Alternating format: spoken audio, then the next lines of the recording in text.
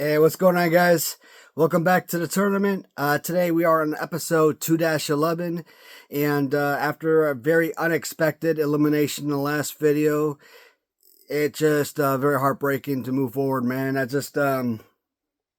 There are just so many figures in this tournament, man, and I understand that not every single figure that I own is going to make it to the 4th round or the 5th round.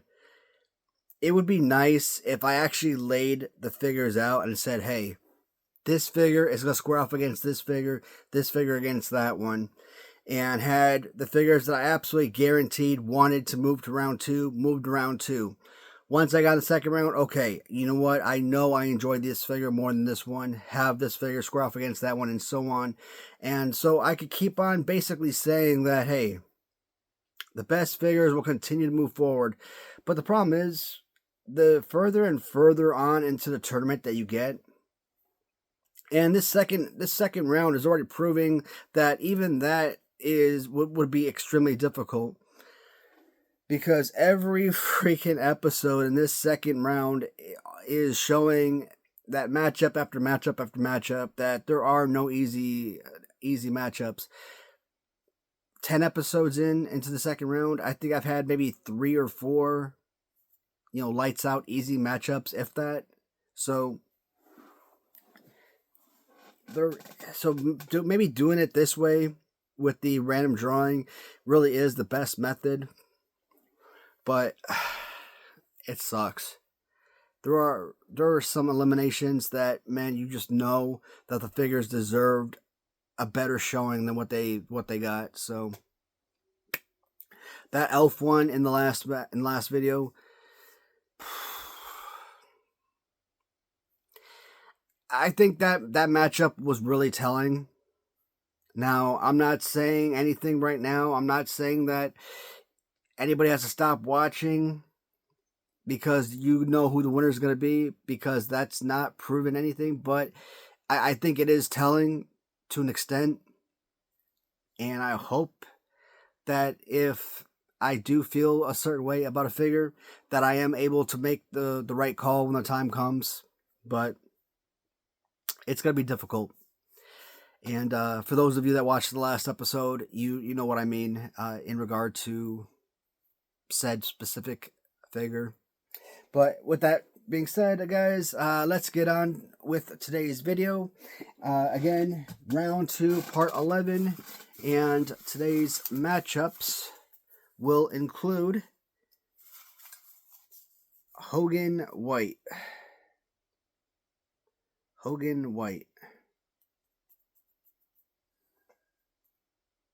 think that's Series 5 Hogan White Original. Versus Coco Beware.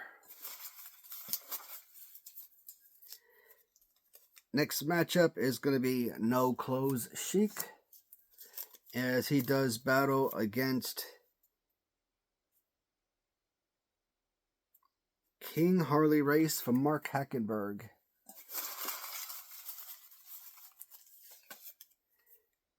SD Red taking on Ric Flair Red.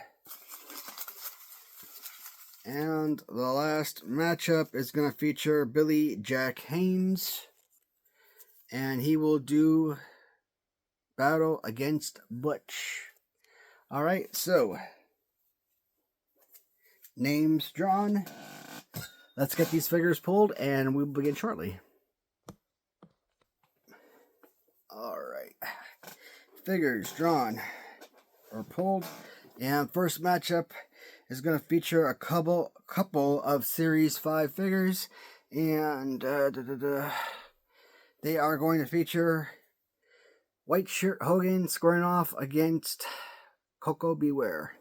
So luckily for all of these, well, outside of Hogan, the rest of these original figures are just duplicates, so luckily I don't have to grab them off my main display, which is awesome. So we did see the main Coco Beware, or we saw Coco Beware in yesterday's video, and one of the things I always talk about with Coco Beware, I don't know what the love with Coco is, but he gets over with fans so well, and I think that's why his figures are just so outrageously good. I say that there's so much hate against guys like Jimmy Snuka and Rick Rude because their figures are always terrible. But like you look at Coco Beware and you look at all of his amazing figures, like why does he get so much love? And he is a terrible performer. Maybe he's just dialed down because he's in WWF. And I've talked about guys like the Bushwhackers, for example.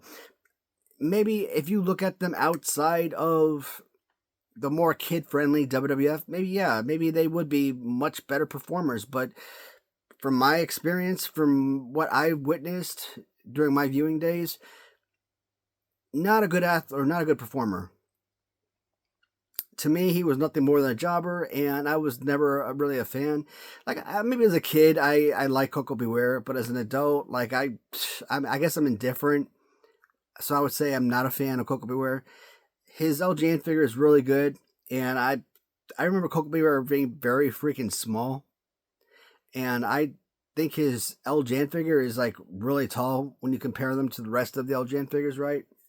So his play pose, it's not great.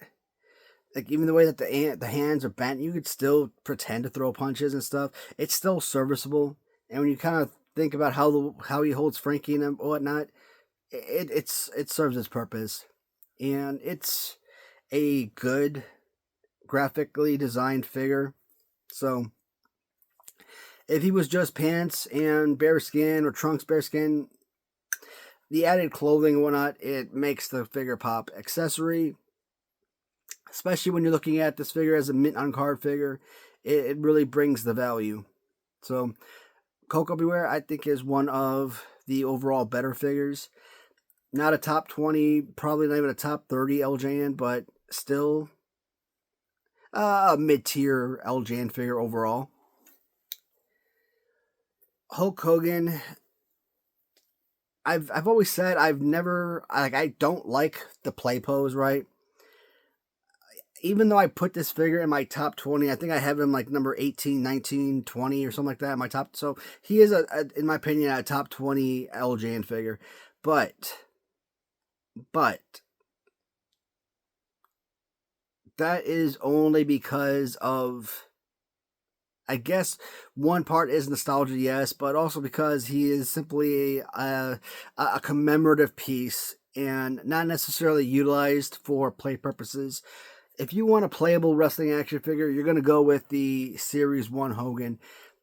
So but you look at this, thickness-wise, this is the thickness you should have with Hogan Series 1.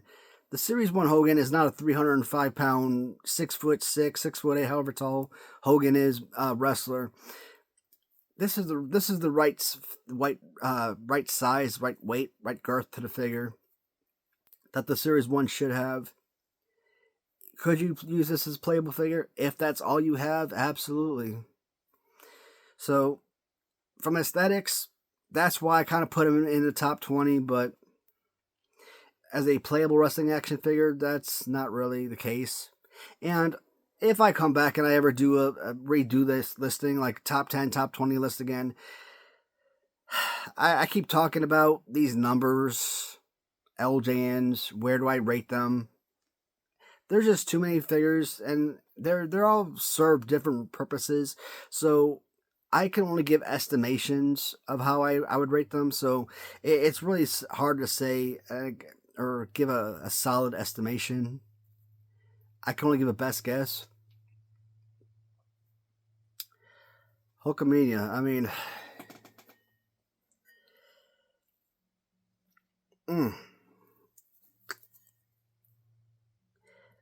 do either figure win this tournament? Not really. I don't know, man. Hogan might make it out of round 3. It's possible Coco Beware could make it out of round 3. Could either one make it out of round 4? Again, possible. I think Hogan gives you the best opportunity to advance to round 5. So for that purpose, I am going to select Hogan to move on to round 3, and we'll see what happens from there. And that's another thing where I think nostalgia really comes into play, and you got to kind of go with, in that essence, who I care for more about as part of wrestling lore, wrestling history. So, No Clothes Sheik takes on King Harley Race from Mark Hackenberg. Sadly, the young Harley Race from Mark lost in the first round. And if anything, that would have been the one Harley Race I really would have loved to have seen advance to round 2. But this was another absolutely flawless piece from Mark.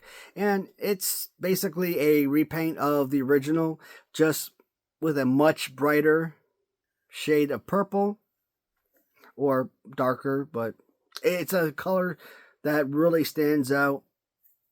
And you know what, with Mark, you know you're going to get a solid piece throughout, right? So Harley Race, didn't know anything about this guy. He is one of those characters that when I started collecting LJNs, I probably never heard the name before. So not familiar with the wrestler at all before I started collecting a few years ago. Since then, I've heard more about him through manager in WCW than anything else.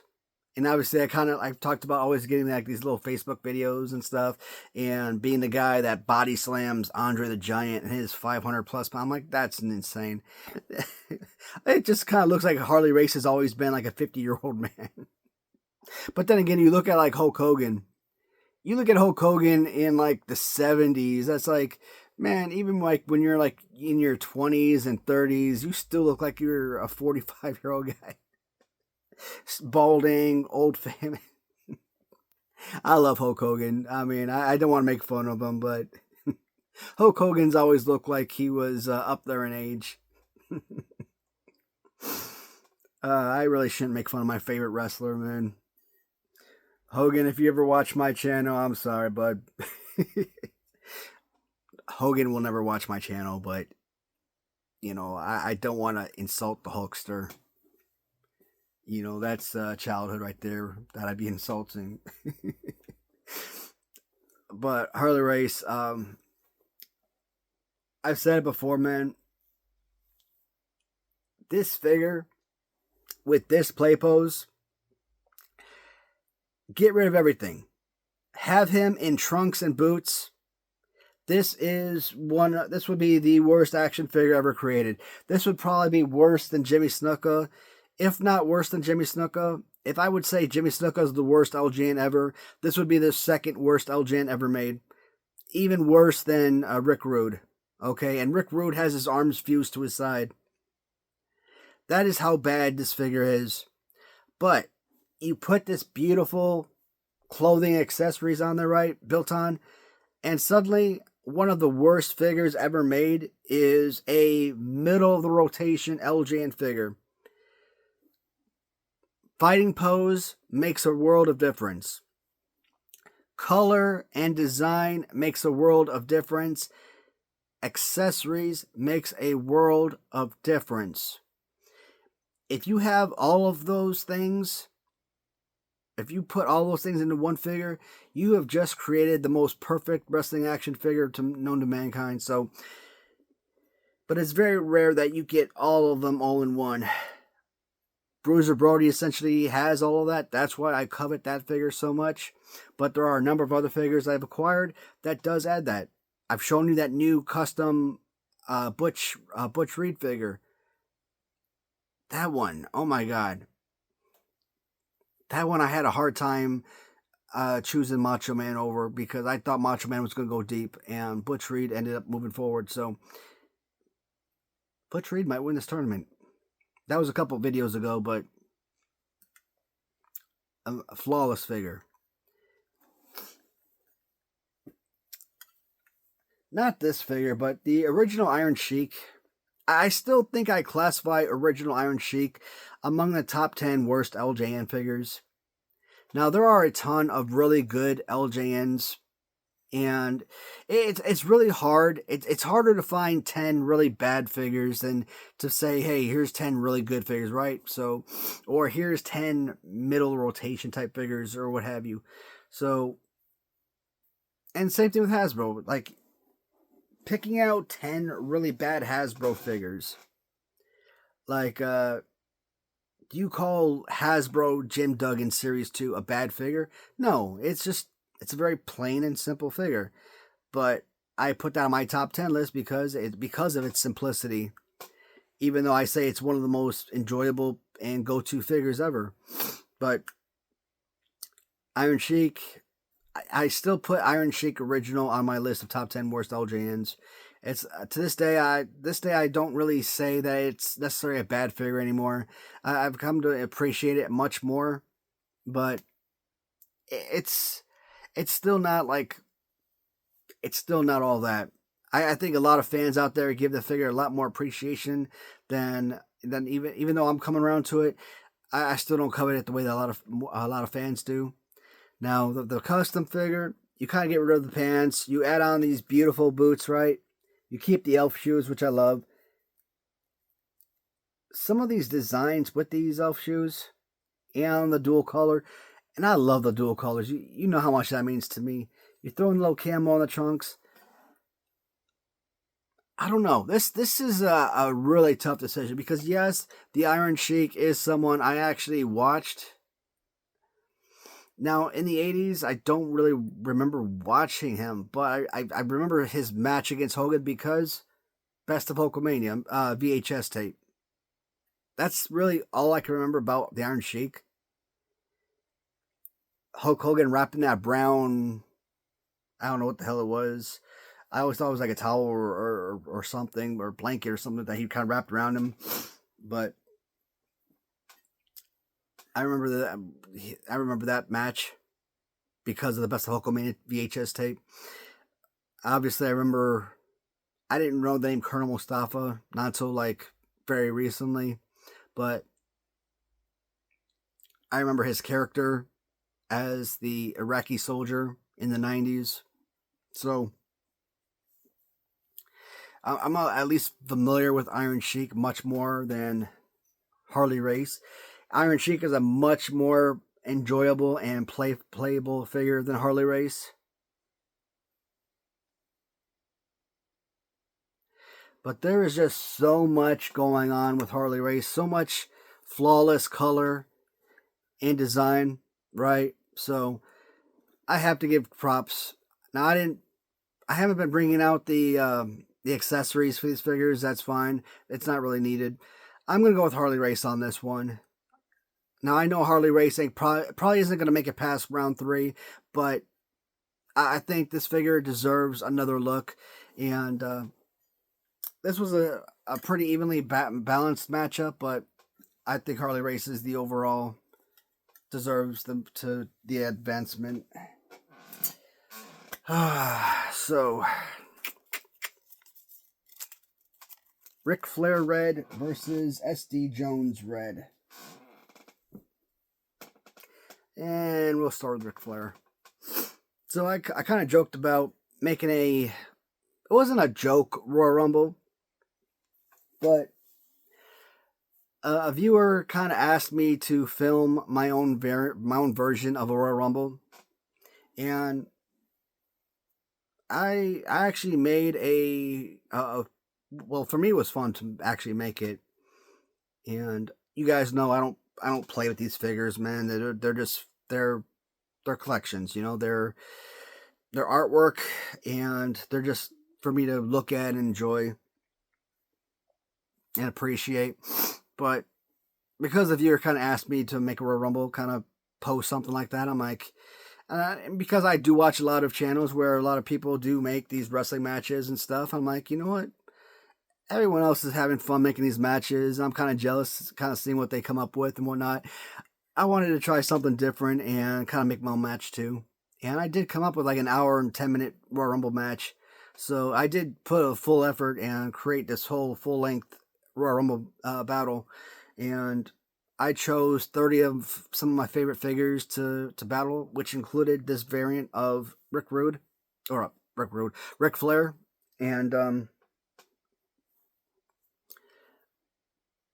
normally when I've tried it in the past and it didn't come out well, I've tried filming it on my computer, and then I tried filming it on the cell phone, and the cell phone kind of messed up, and after like 8 minutes, it stopped, and I like refilm it, or the next, I don't know, let's say 10 minutes filmed, and then like the next, and I had to refilm it again, and it was like the last hour was filmed on a second video type of deal, but I couldn't figure out how to combine the two videos together at the time, and when I tried combining them onto like the main computer, the files are too long, so that didn't really work for me. So yeah, that sucked.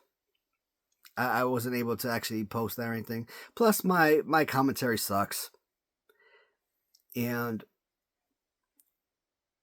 I've said it before. I am not the best commentator in the world, and as a kid, I never really sat there and kind of like did this back and forth the way like Gorilla Monsoon and like Jesse Ventura, like kind of like the way that they would talk.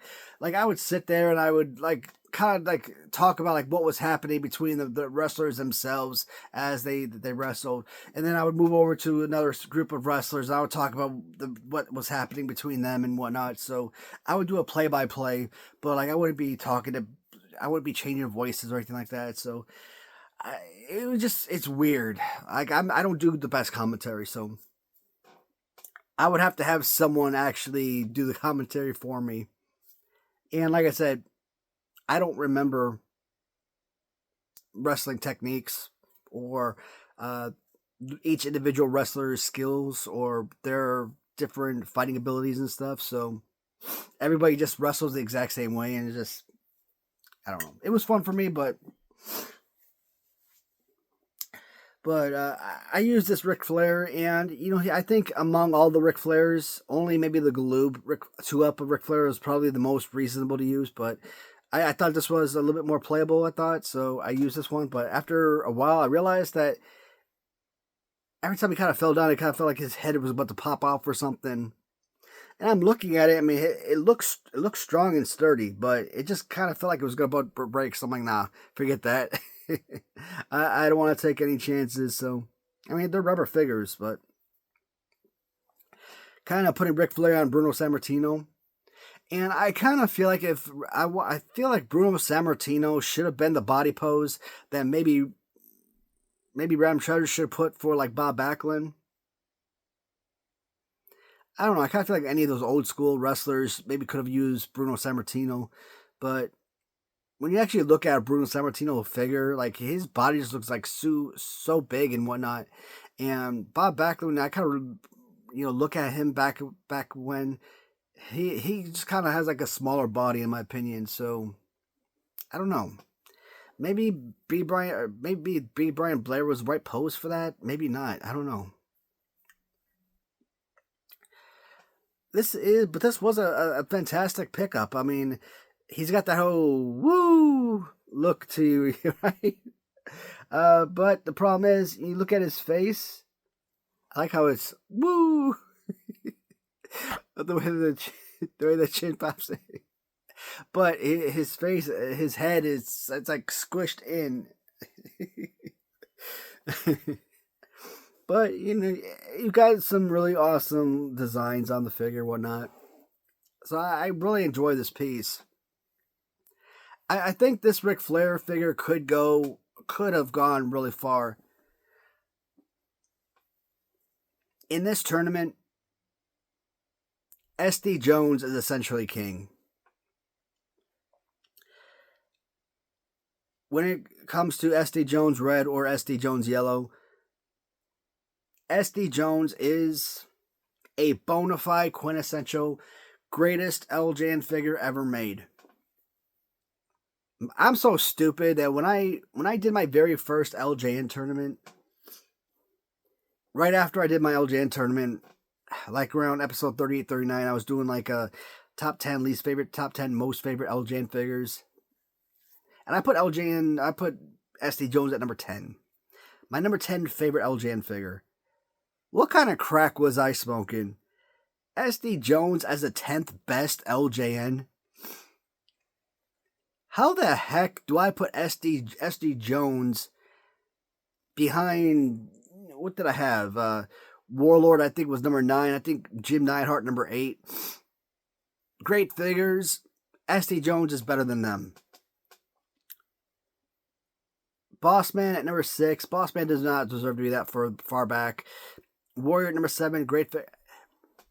If this figure, among LJN figures, I mean, I would probably go with yellow shirt, obviously, but SD Jones in general is, if not a number 1 LJN figure, number 2, number 3, number 4, somewhere around there. It's a perfect figure. The only thing he doesn't have that I really love about all the other figures I talk about is he's got those straight legs, right? I covet the figures that have the bent knees and stuff, because just the way that the legs are posed, it just gives them that better, more perfect body slam pose. So when you look at figures like Bruce Beefcake and Greg Valentine, and obviously like Billy Jack Haynes and Outback Jack, etc., with the straight legs, I mean, I just don't feel like their pose is like, to be body slammed is as perfect, right? So, but perfect choke slam, the way that his arm is up, right? He's got that perfect body slam pose. I love figures that have that perfect body slam pose. That is incredible. I know I say all of these figures are round 5 figures. SD Jones, yellow shirt, red shirt, whichever one you're going with, it doesn't matter. One of these 2 figures, red or yellow, or both, are going to be round 5 figures. And if at least one figure doesn't make it to round 6 with the semifinals, something is deeply wrong. So, SD Jones, to me, is an absolute no-brainer. He will defeat Ric Flair. Last matchup is going to feature Bushwhacker Butch as he goes up against Billy Jack Haynes. Now, when I did my countdown, when I did the second video of my countdown, I put Billy Jack Haynes, I think, was number 11 among my LJN favorites. And now he's got like the same issue that Nikolai Volkov has. You know, arms small and too close inward, right? But play pose is still fine. It's a fantastic looking figure. I don't think I ever heard the name Billy Jack Haynes before I started collecting LJNs. So this was still a brand new character to me. One of the things that you can either see is a positive or a negative. So for those guys who grew up in the 70s, 80s, and actually had LJNs as a kid, nostalgia tells them that, hey, I had these figures as a kid growing up. I played with them. I love these figures my whole life. Bam, you know what? These figures mean more to me than anyone else. On the flip side, I can look at it and say, hey, I was a baby, or I was a year old, 2 years old, 3 years old, etc., 4 years old, you know, what have you. I never had LJNs, never heard of LJNs, not until, you know, decades later. I am a new collector. I've only been collecting these things for the last 3 years. So in my mind, these things are still fresh. In my mind, they're brand new. So I'm enjoying them from a fresh and new perspective. So I'm enjoying them more than those who had them decades previously. Because, hey, those who had them decades ago, they've already had them, and it's not new to them. So I kind of feel like, from that perspective, that's why I'm like one of the biggest LJN fans nowadays, is because it has that freshness to me. So, and even though I started collecting so late in life, it would be nice if I started collecting at like 10 years old or something. Heck, even if I started collecting as an adult, if I started collecting at 20, 25 years old, if I collected for 30 years, I'm like, okay, great. at age 50, that should be around the time that, I start selling everything off, because that's when everyone should be selling everything off, because nobody's interested in that stuff anymore, and start trying to recoup my money and preparing for retirement. But because I started collecting so late in life, 30 years later, I'm going to be close to 70. And no one at that point is going to be interested in this stuff anymore. But I've said that I built this collection for me, and selling off even a single piece from my personal collection is going to hurt. So as long as I can afford to keep everything, I don't plan on selling any of this stuff. Now, if I sell something that's duplicates, that's different, right? So, but Billy Jack Haynes, kind of hearing about what's happened to him later on in life, that's been, sad to kind of learn about stuff like that. Kind of go back and watch old stuff about him. He looked like he was fantastic. Looked like he was so much fun. And seeing his match with Randy Savage, and I'm like, man, this guy, Danny Davis, screwed this guy over big time. This man beat Randy Savage. He was an Intercontinental Champion and had that belt stripped from him. I get it. This stuff is staged all the time, but imagine what could have happened, how his life could have been different if that had actually gone through and he won that title that night. From Random Treasures, we come up with Bushwhacker Butch. Now, I don't remember if both Bushwhackers made the second round or if it was just one, but as long as we got one Bushwhacker in there, I think we're good. That way we kind of show off at least one of the tag team members, right? So, sheep herders or New Zealand sheep herders, Bushwhackers. Bushwhackers are like Legion of Doom.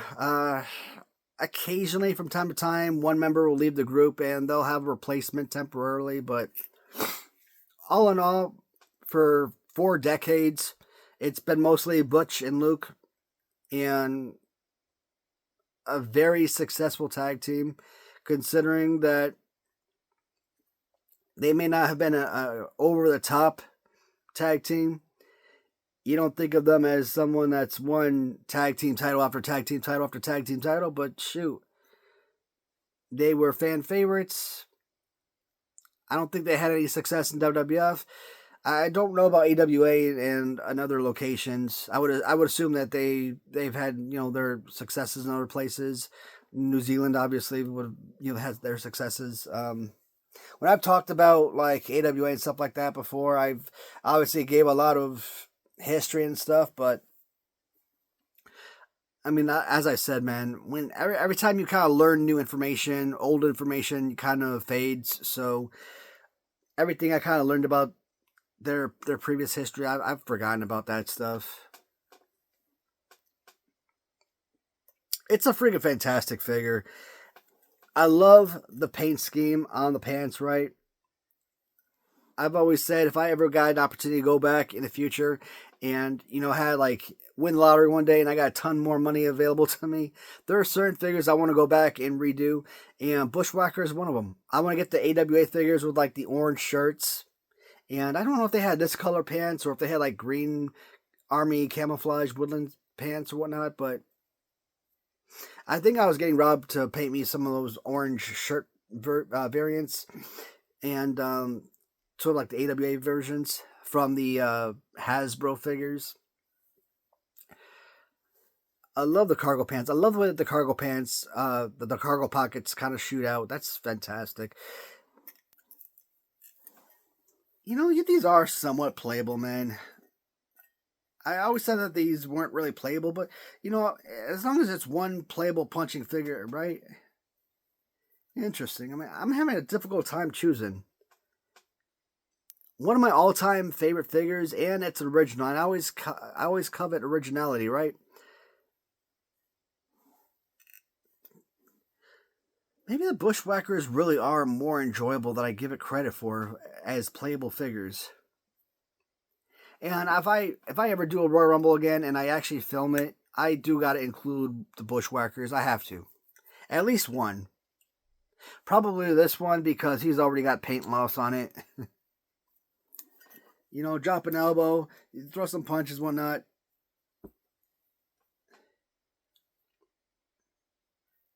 I mean, I could talk about it all day. I know it'll never happen, but if I ever create my own little federation, wrestling federation, I would have the Bushwhackers as tag team champions. I would. I mean, obviously from Round Treasures, I always get different colored belts, and every different colored belt has to have different colored plates.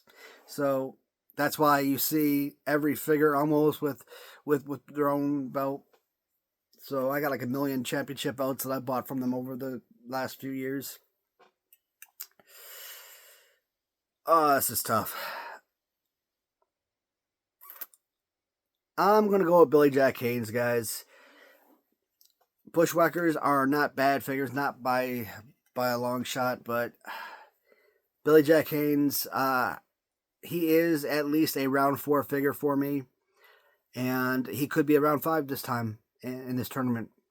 So I think the way that this second round is going, if you're able to survive round 2 at this stage, making it into round 3 is an incredible run.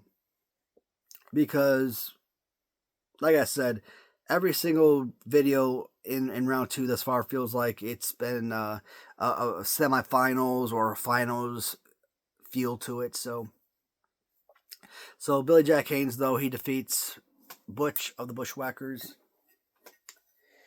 Well, that completes round 2, part 11. Guys, as always, thank you so much for watching, and until next time, goodbye, everybody.